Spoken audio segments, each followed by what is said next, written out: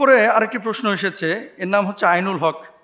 যে মুহতারাম, আপনারা এত বেশি বেশি আমল বলেন যে মাথা ঘুরে যায়, এমন কিছু আমল বলেন যে আমলগুলো করলে গুনাহ ঝরে যাবে, সংক্ষিপ্ত আকারে। Very very important. অনেক মানুষ কিন্তু আপনারা গুনাহ করেন, এই গুনাহ ছাড়া একজন মানুষও পৃথিবীতে নাই। নবী আম্বিয়া আলাইহিস সালাতু ওয়াস সালাম তারা ছিলেন হচ্ছে নিষ্পাপ। এর বাইরে ওলিয়া উলিয়া বলেন, তারপরে অন্যান্য মানুষ, তাদের জীবনে গুনাহ হয়, আল্লাহ মাফ করেন তওবা ইস্তেগফারের মাধ্যমে। কিন্তু বিশেষ কিছু আমল আছে, এটাও সত্য কথা, কারণ নবীজি সাল্লাল্লাহু আলাইহি ওয়াসাল্লামের জীবনে এই যে হাজার হাজার লক্ষ লক্ষ হাদিস আছে, কখনো তিনি বলেছেন এই কাজ করলে আল্লাহ তাআলা মাফ করবেন, এই কাজ করলে আল্লাহ তাআলা গুনাহ মাফ করে দেবেন, এটা এভাবে করলে আল্লাহ তাআলা ক্ষমা করবেন। তো সব হাদিস যখন সামনে নিয়ে আসা হয়, এমনিই কিন্তু মানে কয়েকশো কারণ চলে আসে গুনাহ মাফের। কারণ আপনি যদি বলেন যে এক দুইটা কারণ বলেন, যে যেই এক দুইটা কারণ আমি বা এক দুইটা আমল করব আর গুনাহ মাফ আল্লাহ তাআলা করে দেবেন, তাহলে আপনাকে আমি বলবো রাসূল আকরাম সাল্লাল্লাহু আলাইহি ওয়াসাল্লামের ছোট্ট দুটি হাদিসের কথা।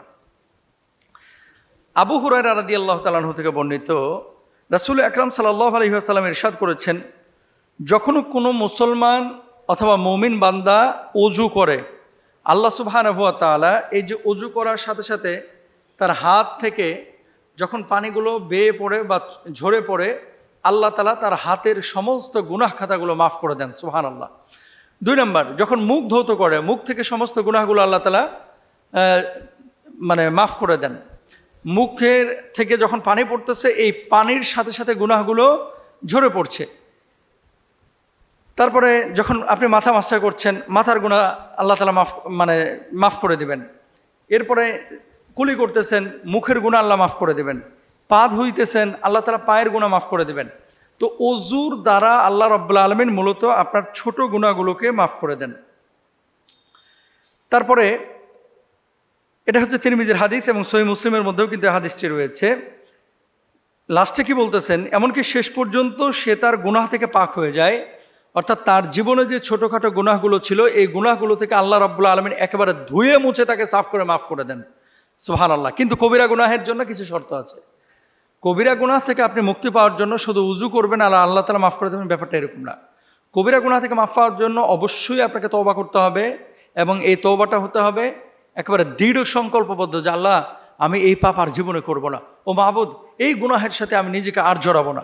ও আল্লাহ, এই গুনাহ আমি ভুলবশত করেছি, আমি লজ্জিত, আমি অনুতপ্ত। এভাবে আল্লাহর কাছে আকুতি মিনতি পেশ করতে হবে, চোখের পানি ছেড়ে কান্না করতে হবে, তাহলে আল্লাহ সুবহানাহু ওয়া তাআলা মাফ করবেন। কবিরা গুনাহ শুধু ওযুর দ্বারা মাফ হয় না, আবারও বলে। তাহলে আপনি যদি সগীরা গুনাহগুলো মাফ করতে চান, তাহলে সহজ আমল হচ্ছে ওযু করা। আর ওযু করবেন কিসের জন্য? খালি সারাদিন ওযু করলেন, নামাজ পড়লেন না, তা হবে না। কিন্তু ওযু করতে হবে, নামাজ পড়তে হবে, শরিয়ার বিষয়গুলোকে বাস্তবায়ন করতে হবে। তাহলে তওবা করা, ওযু করা, এটা আমরা পাইলাম। এরপরে দেখেন, নবীজি সাল্লাল্লাহু আলাইহি ওয়াসাল্লামের আরেকটি হাদিস হচ্ছে আনাস ইবনে মালিক রাদিয়াল্লাহু তাআলা আনহু থেকে বর্ণিত। একবার রাসূল সাল্লাল্লাহু আলাইহি ওয়াসাল্লাম একবার শুকনো পাতাওয়ালা গাছের কাছ দিয়ে যাচ্ছিলেন। তো আল্লাহর হাবিব সাল্লাল্লাহু আলাইহি ওয়াসাল্লাম হঠাৎ একটা লাঠি দিয়ে গাছটিতে আঘাত করলেন, পাতাগুলো ঝরে পড়ে।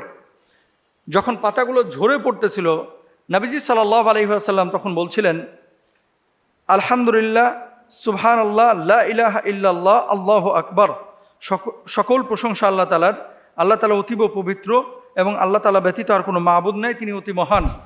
যখন কোনো ব্যক্তি সুবহানাল্লাহ, আলহামদুলিল্লাহ, লা ইলাহা ইল্লাল্লাহ এই কথাগুলো বলে, নবীজি ওই যে গাছটাকে লাড়া দিয়েছিলেন বা লাঠি দিয়ে আঘাত করার পরে যে পাতাগুলো ঝরে পড়েছিল, আল্লাহর নবী বলছে এই 3টা দোয়া যদি কেউ বেশি বেশি পড়ে, ওর জীবন থেকে ওই শুকনো পাতার মতো গুনাহগুলো আল্লাহ তাআলা একেবারে ঝেড়ে মুছে মাফ করে দেন, সাফ করে দেন। তার গুনাহগুলো ঝরে পড়ে, তার গুনাহগুলো শরীর থেকে মুছে যায় বা তার আমলনামা থেকে মুছে যায়। এটা হচ্ছে নবীজি সাল্লাল্লাহু আলাইহি ওয়াসাল্লামের হাদিস। তাহলে এই 3টা কাজ মূলত খুবই সহজ এবং গুনাহ মাফের জন্য খুবই কার্যকরী। নাম্বার 1 হচ্ছে ওযু করা, নাম্বার 2 হচ্ছে তওবা করা এবং দৃঢ় সংকল্প করা যে এই গুনাহটা আর না করব না, আর নাম্বার 3 হচ্ছে সুবহানাল্লাহ, আলহামদুলিল্লাহ, লা ইলাহা ইল্লাল্লাহ এটা বেশি বেশি পড়া। আল্লাহ তাআলা মাফ করবেন ইনশাআল্লাহ। আর প্রত্যেকটা খারাপ কাজ হয়ে যাওয়ার পরে আপনি 2 রাকাত নামাজ পড়েন, আল্লাহর কাছে মাফ চান, কিছু সৎ কাজ করেন, আল্লাহকে বলেন, আল্লাহ আর আমি গুনাহ করব